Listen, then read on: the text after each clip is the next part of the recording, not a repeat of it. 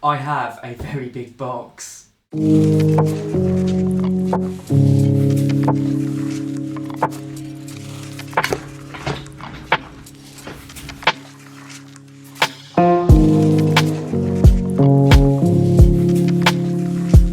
Welcome to a very special video. In today's video, I'm taking a look at the Boeing commercial flight sim cockpit or cockpit chair by NextLevel Racing. Let's get into this very special review. Hello YouTube, I'm pilotstudd and welcome back to another video. I'm showcasing and reviewing the NextLevel Racing commercial Boeing flight sim rig. Please do bear in mind, I was sent this rig to review for free. However, it is my own opinion and I wasn't paid to review this product, but at the end of the day, I care about the reputation of my channel more than the opinion of one company, so I'm going to try and be as honest as possible.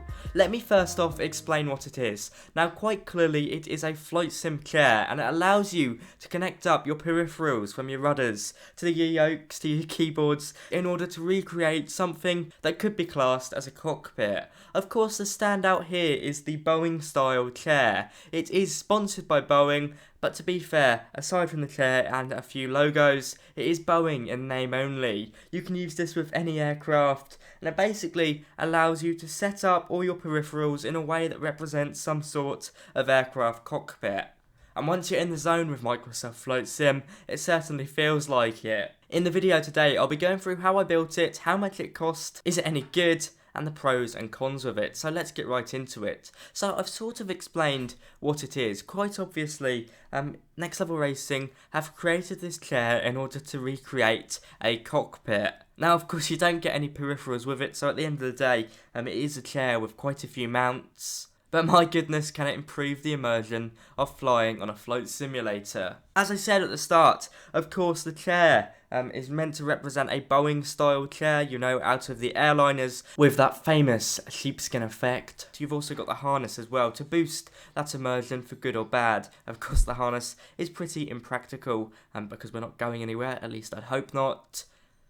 But it's definitely good for a bit of a realism boost. To the left and right of the chair, you've got these mounts, which of course you can put on or you can take off, allowing you to mount up peripherals like throttle quadrants. I've got my Logitech one, and on my right side, I've got my mouse pad and my keyboard space. Of course, it's completely modular and completely up to you, so if you want to move your throttle quadrant over to that side, you're very welcome to. In the centre, I've got my yoke stood up on what basically is a central column. It's very stable there, I have to say, and can be locked or unlocked into place, allowing you to move your yoke about on an angle that I believe extends to around 22 degrees. And of course, right at the bottom, we've got an area where we can mount our pedals. Now down there, I've got my Thrustmaster rudder pedals, but to be fair, they basically say, and the point of this flight sim rig is that you can use it with almost any peripheral out there, good or bad, expensive or cheap, old or new, from the older Logitech throttles and yokes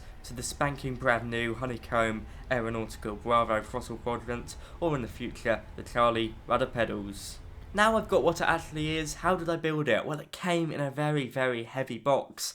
About 60 kilograms was the box, and there's only one of me. I did it almost completely by myself, with the exception of my mum holding down the chair when I wanted to clamp it into place. And it did take quite some time. It took about 3 or 4 hours for me to get it fully built. To be fair, I was filming, so that probably did add quite a bit of time. But you basically open up this very, very heavy box, and you're greeted with metal, Allen keys, bolts, screwdrivers, and of course the odd spanner. Now, it is DIY, almost completely build yourself. The only thing that's built when you open it up is the chair, for obvious reasons. That would be very technical, but everything else is completely DIY, and that means this is a very customizable project. The instruction booklet contains many optional bits you can do. You don't even have to add the keyboard rack. If you've got a HOTA setup, there's a way to do that. If you've got a yoke like I have, there's a yoke support beam that you can add if you've got a heavy yoke like the Honeycomb yoke. So from that point of view, it's very modular, which is of course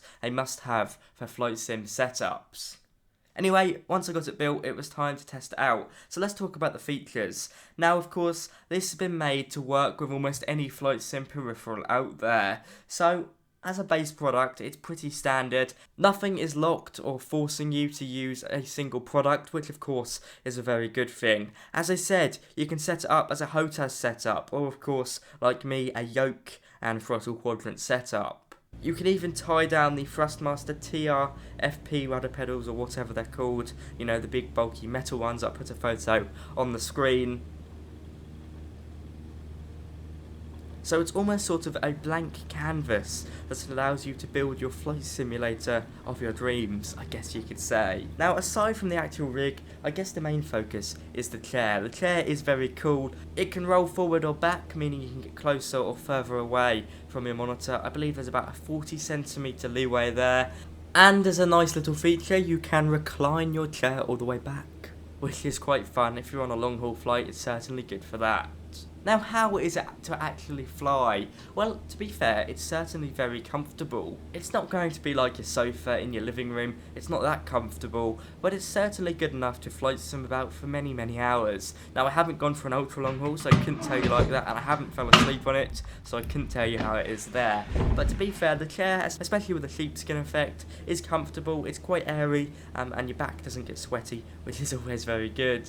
The only thing I would say, and this isn't really a problem for me, is that if you do have very long legs, you might sort of have to weasel your way in to the flight sim cockpit, especially with the left and right armrests down the side. If you've got stuff on there, it is quite a maze to get out of, I'd imagine. Now, I'm not too tall, in fact I'm not tall at all, so it's not an issue for me, but it is something to bear in mind. The product itself, to give you the exact dimensions, is 1.5 meters long. It's about 1 meter wide and it's 1.2 meters tall, and it is an all metal construction with the rig and with the chair. There's no noticeable plastic bits. It does feel very sturdy. Not a bit of plastic in sight, with the exception of a few twist screws. That means while it is a very sturdy product, it is also very heavy. The product comes in at a final weight of 50 kilograms once you've built it, and if you add loads of bits on, like a yoke, throttle quadrant, rudder pedals, it does get very heavy very quickly, which means it can't be moved around too easily without some sort of dismantlement. What does it do to your simulator experience? Well, it definitely improves it. There was times, and if you're close enough to your monitor, and I'm lucky enough to have a curved widescreen monitor, there were times when I was flying around in my Cessna and I'd look towards the ground and I'd almost get a sinking feeling like I do when I'm actually flying. I'm not exaggerating this, and to be fair, it wasn't that prolonged before I realised where I was, but once you get in the zone with this chair, it does feel really immersive.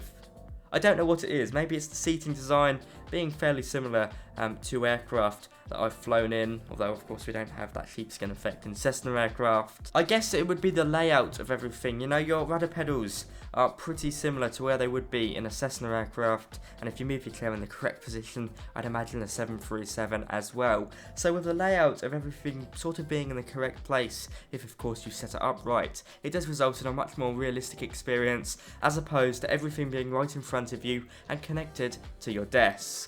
That results in a very fun flying experience. The pros of this product, simply put, would be that it boosts immersion, and that it's really sturdy, great quality materials, I have to say. You do get some freebies as well, such as mouse mats and a few lanyards and that sort of thing, but of course that's not the bulk of the product. The bulk of the product is the flight sim chair and the flight sim rig that goes around it, allowing you to hook up all of your flight sim peripherals in a very, very ergonomical and realistic position. Now, of course, realistic position is subjective because you know, cockpits are laid out differently. Whether you decide for a left or a right-handed setup, it could all change. So I'm not going to say it fits every single aircraft because that would be silly, but if you've got the components for it, you should be able to create quite the realistic cockpit. The Boeing theming and the Boeing style chair is also a nice addition. All in all, it's a very, very nice product in terms of how it feels and in terms of how it boosts your flight sim experience. Now we move over to the cons. First of all, this is very expensive. I did put it down in a text box at the start of the video, but this comes in at 700 UK pounds. Which also sells for $800 US and 900 euros. My goodness, that is a lot of money. For what you get, I think the quality certainly justifies it, but it's a lot to cough up. It really is, you know, £700. At the same time, many of you would be saying, well, that's the price of a decent graphics card or half the price of a very good graphics card. So you know, if you've got everything set up and you haven't spent money on your flight sim rig for a while, and if you're comfortable with everything else, then it's certainly a good investment, and it does definitely take your flight sim setup from a 5 to a 10 almost instantly, just because everything's set up in a much more realistic manner, and it also is future proof as well, because this works with so many peripherals out there, basically an unlimited number. You're not going to be bound by what you can buy in the future. And as I said, if you haven't upgraded your cockpit for a while, or if you're happy with where you are, then it's certainly an investment I think you should look at. On the alternative side of that, I wouldn't say you need to go out and buy it straight away if you need to upgrade more fundamental parts of your system, such as your computer. If you need a better graphics card, then it's probably a wiser decision to go for that. But this definitely improves your flight sim experience, no doubts about it. It is very expensive, and it does take some time to set up. If you're not DIY minded, then I recommend you get someone to help you who is, especially if you've never tightened a bolt before, because there's a lot to tighten here and you might struggle. But the instruction manual is fairly well laid out, and there's also an instructional video online, so you can always check that out. It's not too difficult to build, but it may catch a few of you out. I've sat here for a while trying to think about some other cons, and to be fair, I can't really think about it. The only thing I would say with the rudder pedals is if there was a way to sort of clamp them down without screwing into them, because it seems to be that's the only way. So what I've actually done is get some cable ties and tightened my rudder pedals around the flight sim rig and the rudder pedal holder down below, tightened it to my rig. And that's basically because unless you've got the right screws or bits to clamp your pedals down from the pedal manufacturer, they are still free, they are still loose, and if you've got forceful feet, you may kick them about still, so that's something to bear in mind. Would I recommend it? Yes, I would, but as I said, if you've got other priorities with your computer, for example, or maybe even getting a new monitor, then I recommend looking into that first, purely because while this is very nice to have, it's not a must-have for a good flight sim experience. You know, it's not actually going to change how your flight sim runs, it is going to change how it feels in many ways, but it's definitely not the highest priority. All in all, I give this a solid rating of 8 out of 10, a must-have for the most serious simmers out there, if you like the look of it, and if your simulator setup suits it.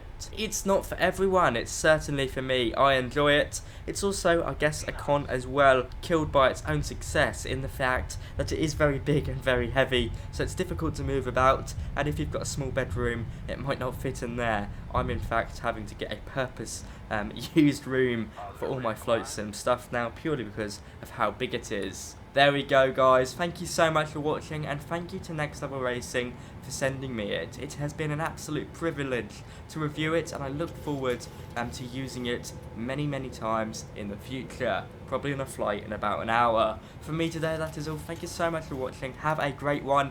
Just a big thank you to all you guys out there. You know, I never thought my channel would grow to this size, where companies are trusting me to review their products, and people are hopefully trusting my opinions down below. So a big thank you to every single one of you. I will answer every single question in the comments that is about this product in the description, and of course appropriate. From me today, that is all. I'll see you around. Thank you so much. Bye bye.